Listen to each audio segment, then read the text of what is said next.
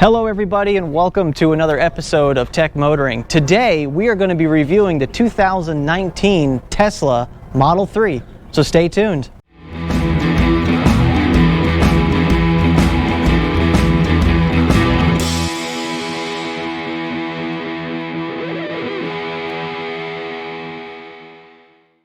Now, when Tesla set out to design the Model 3, they obviously wanted to go with something that was going to appeal to the masses, something that was going to be affordable, and something that was also going to be very practical. And the shape of this car definitely says that. It is a four-door sedan. It is sleek body lines. It does appeal to the masses. It has very nice body lines that go through the entire length of the car, and they keep it really smooth. And what I mean by that is, look at these door handles, flush straight up against the car. Not only does this help with wind resistance, but just the coolness of being able to open the door like that, or even just with one hand with just the thumb. And that is a really cool feature of the Tesla Model 3. And now we're ramping up with some air conditioning. Now, one of the things that Tesla does is these aero wheels, and the aero wheels are actually designed to help you get more efficient battery life on the vehicle when you drive. So by keeping the air out of the wheel, you're actually increasing your mileage of that battery by about 10 to 15%. And that is huge when it comes to long trips. An extra 20 or 30 miles can make the difference between you making that next charger or not. So even though the aero wheels may not be aesthetically pleasing to a lot of people, they are functional and obviously are very practical. So these sensors on the front of the car are actually used as part of your autopilot and cruise control functionality. But that's not all you have. The Tesla Model 3 actually has 3 cameras up in the windshield. And this is also to work in conjunction with the cameras on the side of the vehicle located here and also in the pillar between the two doors. And with this functionality, you have complete safety when driving. So if you're going to turn into a different lane and there's a car there, the Tesla will make sure that you are aware of that. And these obviously also assist with autopilot. So when you go to hit that turn signal to change a lane, this vehicle will wait until it is the proper amount of space to do so. It will wait for vehicles to pass you or wait for vehicles to stop to let you in, and it knows enough to follow through with that lane change safely. Now, the rear of the Tesla Model 3 is unique. You have this big glass roof that comes down to this really stubby trunk line here. It almost looks as if it's a hatchback. However, it is not. It has a full trunk in it. The sleek LED tail lights on the back, and of course your sensors along the back for your reversing and also you have your sensors on the corners here, also in conjunction with your autopilot to make sure that it is clear before changing lanes. The minimalist badging, only thing you see on the back of this car is the Tesla logo, and I think that screams a lot. You don't have to announce the model and the make in all big chrome letters across the back. They make it very simple, just give you that chrome T. And also with the Tesla, the charging port right behind the driver's side, where you would charge all your Tesla vehicles. Fantastic design. They hide it behind the reflector of part of the taillight. Now, the trunk on the Model 3 is actually fairly spacious for a mid-sized sedan as it is. However, it doesn't stop there. You actually do get a very large underneath storage container right here, and this is where you can keep a lot of things in here. It is very deep. I would say it's probably about 14 to 16 inches deep of space and a good width of that trunk as well. There is also a little sidewell here for storing little things that may roll around on you, so that's a really nice feature. It is fully carpeted inside, the same carpet as the interior as well, so they did finish it off very nice. And also the seats do fold down into the rear of the car as well, and it is a 2/3, 1/3 split on those rear seats. So it does help you when you have some larger luggage that needs to be thrown in there, or if you even have a rear passenger, that rear passenger can still sit with the other seat folding down. So that is plenty of space in a vehicle like this.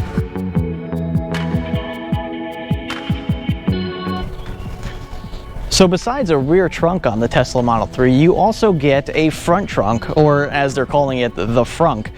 And with this, you do get a very basic plastic storage container up front for anything that will basically fit. Underneath the hood, you do have your fill-up reservoir for your windshield wiper fluid. And that is pretty much it. Once again, minimalist, nothing special, but it also is functional as well. And of course, don't forget that they do have some bag hooks up here as well, so you can hang your bags. And here we are now on the inside of the Tesla Model 3. And, you know, as you can see, it's a very simplistic interior. There really isn't much to it. You have your basic window controls here on the driver's side, your electronic door release here. Your steering wheel only has 2 buttons on it, but the buttons are actually scroll wheels as well.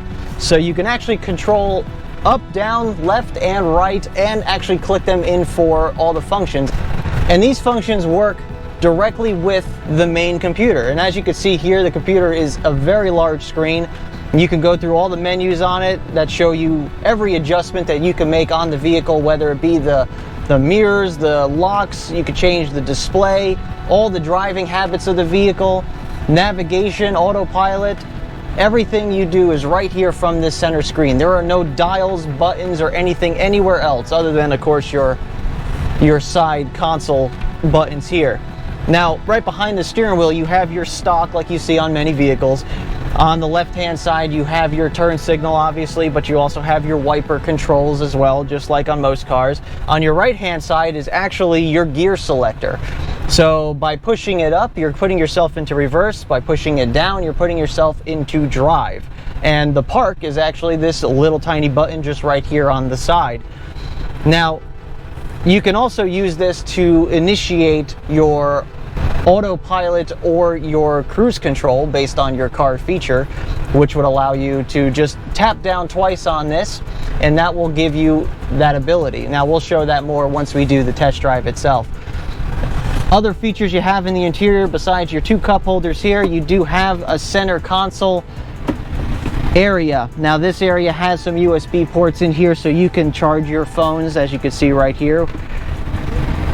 And you can also plug in a USB drive for music. Another center console here with a little storage area for other knickknacks and whatnot. And that is basically it. Now, the one thing that's on this car that's really hidden and very interesting is actually the glove compartment. And as you can see, there's really no handle or anything on it to see it. So the cool thing about it is in your settings on your screen, there's actually a button. And that button releases the glove box. So in hindsight, the glove box is always locked and there's no access into it unless you have the keys to the vehicle. So it's also a very secure way of doing it.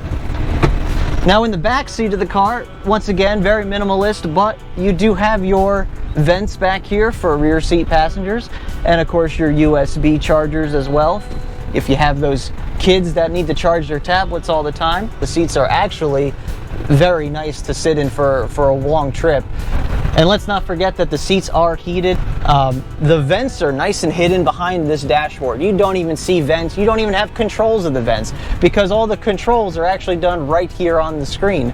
Nothing beats the skylight in this car, or what would you call this? A sky roof, maybe. This is the whole entire roof of this car with just one pillar across the middle there for support. It really is something to look up in this car, especially in the back seat.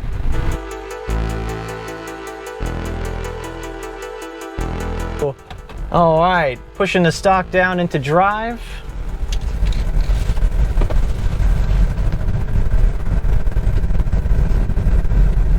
Now, right away, you can tell the car is just quiet.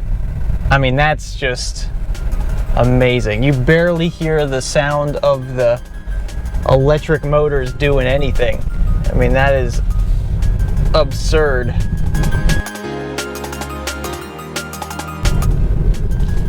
Now, the cool thing about electric cars is that you do have regenerative braking, which is adjustable in the computer. And actually, just by getting off the gas, it basically comes to a complete stop using no brakes It actually uses the electric motors to slow itself down to a complete stop, which not only gives you extra power to your battery, but also lets you save your brakes. So instead of doing brakes 30, 40,000 miles like you normally do, maybe 100,000, maybe more, depending on your situation. This is a feature they call single pedal driving, where you don't even need to hit the brake pedals unless you absolutely have to. Now you have 3 different types of steering modes on this vehicle. You have the Comfort, you have the Standard, and then you have the Sport. So let's see what the Sport feels like here versus the Standard, which is what we started on. And even in Standard, the steering is tight and comfortable. There really is no issues with it. I can definitely feel the Sport mode being a little tighter on the wheel. So in Comfort mode, it just feels like looser than you get in your Standard or Sport mode.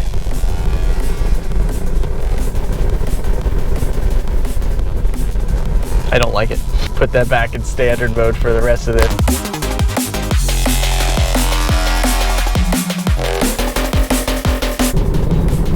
Now the cool thing about Autopilot is when you hit this stalk down twice, it's going to put it into Autopilot mode, and it will automatically adjust for the speed limit and for the cars around you. So now here we are in a fairly decent stop and go traffic, and we are now coming to a complete stop, all by the cars doing. We did not do anything there. And here we go again, we're moving, and the car moves.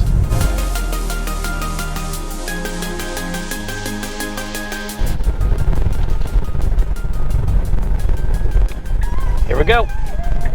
Wow.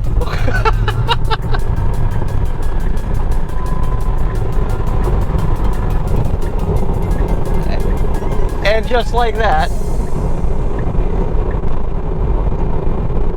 we have exceeded the speed limit. Wow, that is something. So let's give the advanced cruise control a shot. So twice on the stalk. Set our speed limit, so we're going to do 70.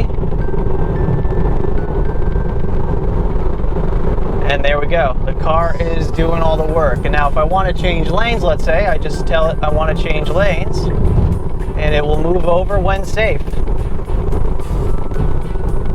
That's amazing. That is so cool. And every once in a while it wants you to just turn the wheel slightly so it knows that you're still there.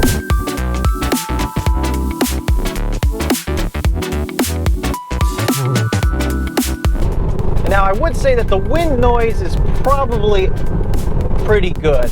I think that it's probably more than most vehicles just because of the sheer fact that you don't have an internal combustion engine making most of the noise for you, kind of droning out all that wind noise. But honestly, it's pretty comfortable. Once you put some music on, you really will not notice the fact that there's a little bit of wind noise here. So here we are, we're not catching up to a vehicle that's in front of us. And let's see what the car does. So the car has already recognized the truck in front of us. It is now adjusting its speed to not run into the back of it.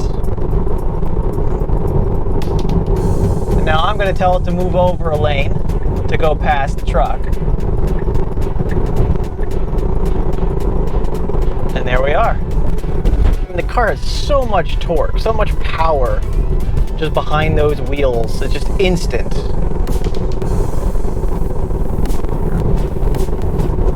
And you don't even realize how fast you're going half the time.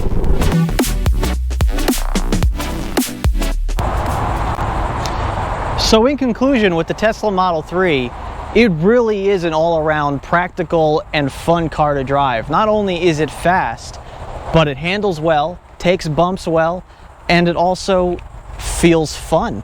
It really is a great car to drive. And as far as a tech score goes, it's a 10 out of 10. And here's why it's a 10 out of 10. Not only is it already set up for autopilot in the future, but with constant software updates, this car is getting more functionality by the month. And as long as Tesla keeps supporting them, they will continue to get better and smarter and safer. And as we've seen with Tesla already, the Model S's from 5 or 6 years ago are still getting updates.